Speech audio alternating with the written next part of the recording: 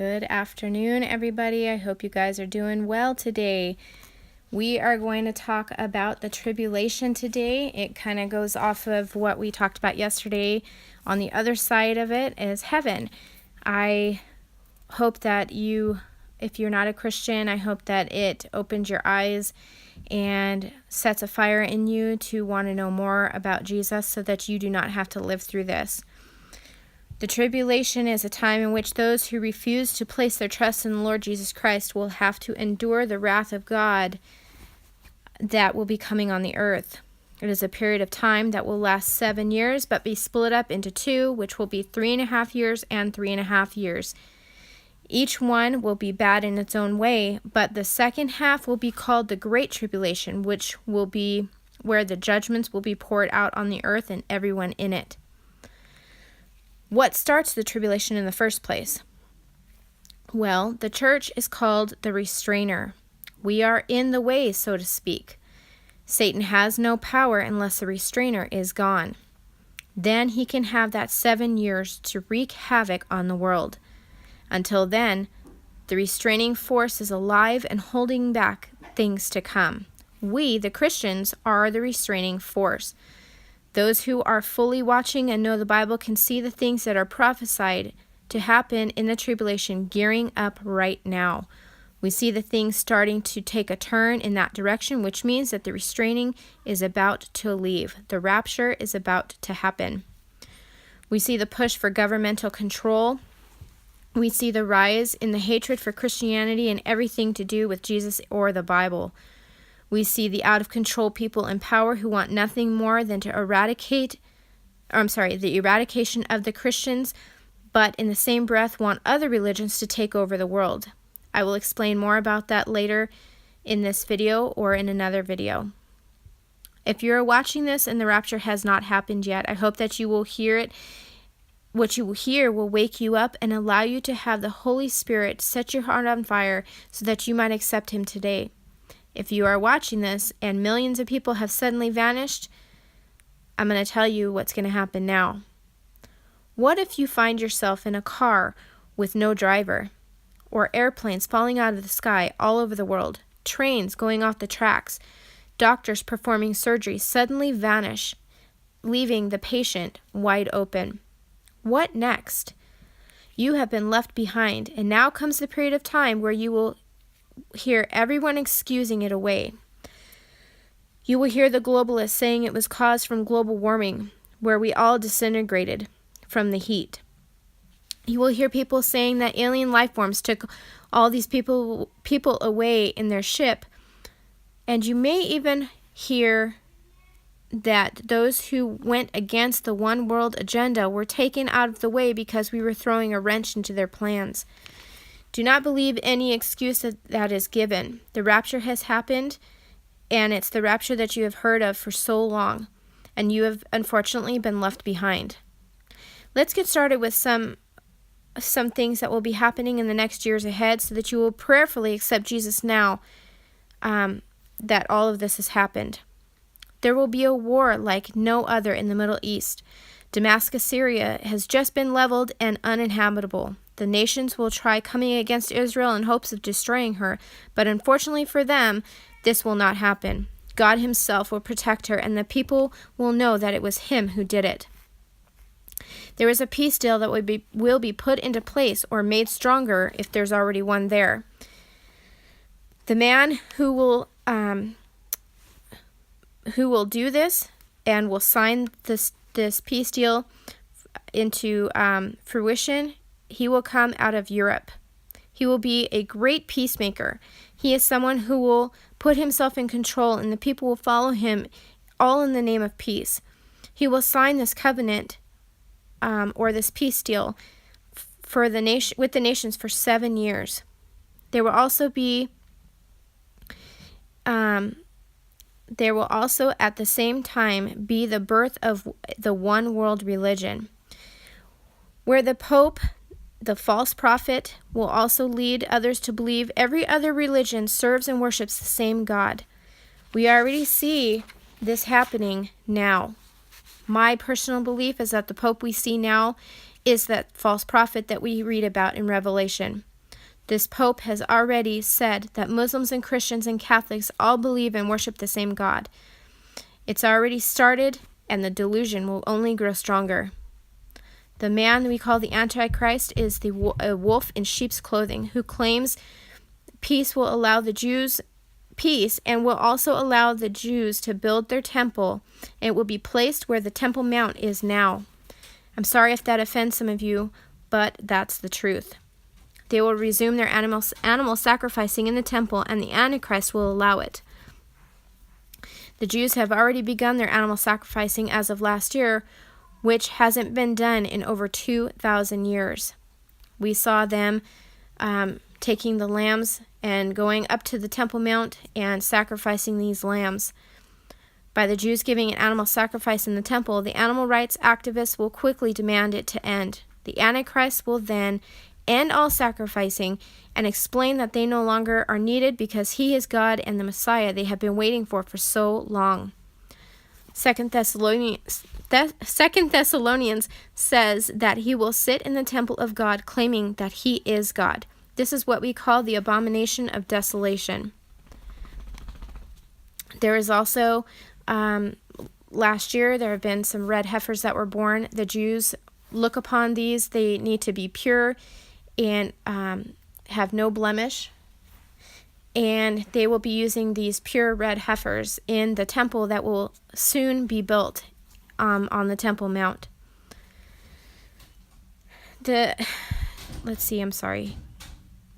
However, we see that the Jewish rabbis are so ready for their Messiah to come that they have fashioned a crown for his head. So when he appears, they will place it on top of his head in worship. Again, we see the tribulation fast approaching.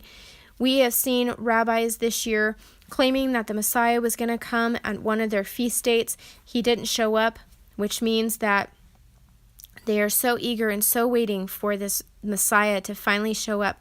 They didn't realize that the Messiah was already there and among them. They didn't believe that Jesus was the Messiah when he was here.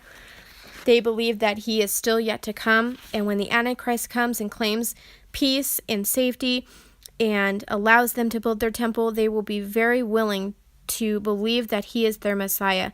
But halfway through the tribulation, when he stops all sacrificing, they will finally realize that he is not who he said he was. Like I said earlier, a wolf in sheep's clothing. God will allow people the opportunity to come to him one last time. He will send two witnesses who some believe are Moses and Elijah, and some believe that are Noah and Elijah. But me personally, I believe it is the Moses and Elijah who will come. They will come and preach and teach among many, and many will come to Christ during this time that they are on earth. But wicked people will hate what these two men preach. So will the Antichrist. The Antichrist is Satan himself, who possessed this man that has come. Satan wants nothing more than to be like Christ. He will do everything possible to imitate the real thing. He will perform signs and miracles, and he will also get a fatal wound to which he will die and be raised again from the dead. People will see this and be in so much awe that they will believe this has to be the Messiah that the Christians spoke of a long time ago. And Christ will send a strong delusion on people during this time. They're going to believe the lie from Satan himself. And this is why I'm telling you that it is going to be so hard during the tribulation to accept Christ. And I implore you to do it now, because like I said, Christ is going to send a strong delusion and people are going to believe everything that's happening. They're going to believe the lie. The Antichrist is going to be so full of rage and anger because these men are talking about Jesus that he's going to order for them to be executed in the streets. These men are going to die and they're going to lay dead in the street of Jerusalem. And people will be so wicked that they will look upon these dead men with joy and will celebrate their death, even sending gifts and having parties because of it, because Out of their excitement, they will no longer want to be tormented by the preaching of Christ. Let's move on to the Great Tribulation, where the judgments will be coming down. The Antichrist will implement a system where everyone on earth will need to have a microchip planted under the skin. They will make it seem like it is the best thing that you can do. They're not going to turn around and say, hey, this is the mark of the beast. They're going to make it sound like it is the latest and the greatest. You can open doors with it. You can pay at the grocery store with it. You do not need your wallet. You can put all of your information on this. If you get lost, if you get hurt and need to go to the hospital, all of your medical records are on there, your banking information, everything is on this microchip. When you implant that microchip into your skin, it will alter your DNA. You will then begin to follow the Antichrist, whether you like it or not. And not to mention, you will also be doomed to hell for life. When you get this microchip, you're pledging allegiance to the Antichrist, and you won't be able to buy or sell anything unless you have this microchip. And we call it the mark of the beast because Satan is the beast. The government will have full control over you, and you will have no say whatsoever in what you do with your life. You can't say, well, I'm not going to get that chip. There's no way that they're going to implant me. It's going to be forced, or you're going to die. You can't, like I said, you cannot buy or sell, which means that you cannot go to the grocery store and buy a loaf of bread. You cannot do anything unless you have that microchip. If you do not have it, you will either be murdered or you will die of starvation. The people that do ultimately get this microchip, they are going to think in the ways of the Antichrist. He's going to be able to fill their brains and their minds with ideas, and they are going to be looking for Christians. They're going to be looking for people who are not microchipped, and ultimately you're going to pay the price for that. It's going to take you an entire day's wage just to pay for a loaf of bread. We can already see the government heading in this direction with their policies, not only in this country, but all around the world. Everything that they want to give for free is going to raise the price of everything. There's not going to be, imagine being in the tribulation. There's going to be children still born. You're still going to have a family. Imagine the thought of your children starving to death. So there's going to be a lot of people that think that they're doing the right thing. They're going to just take this mark so that they can feed their family. And unfortunately, by doing that, you've sealed your fate. And I encourage you not to do that. There are 3 sets of 7 judgments. I'm going to just run down the list with you because there's a lot of judgments that are going to be coming.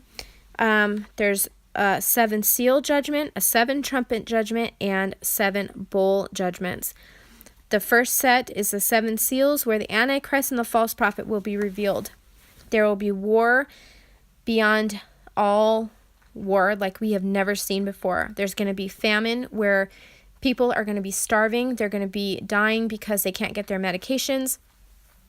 There's going to be so much chaos happening because the Christians have disappeared, and like I said, there's going to be trains and automobiles. There's going to be a lot of devastation, so there's going to be a lot of famine. There's not going to be any food to eat. There's going to be a lot of death. 1/4 of the population is going to die. Earth is going to be shaken at this point. There's going to be many earthquakes, and it's going to be you're going to feel the earthquake from one side of the earth to the other. You're going to feel the earthquakes. And during this time, there's going to be silence in heaven because we're going to be there. It's going to be silence in heaven. The middle judgments are called the 7 trumpet judgments. 1/3 of the trees and grass are destroyed. 1/3 of the sea life and the ships are destroyed because the water is going to turn to blood. all over the world. 1/3 of the fresh water will be poisoned because there's going to be an asteroid that falls. It's called Wormwood. It's going to fall in the ocean and poison the entire drinking system. You're not going to be able to drink any fresh water. There's not going to be anything. So imagine being thirsty and not being able to drink anything. The sun and the moon are going to be darkened. So if you have the sun that's completely black, there's not going to be a chance to plant or harvest anything because there's no sun to help it grow.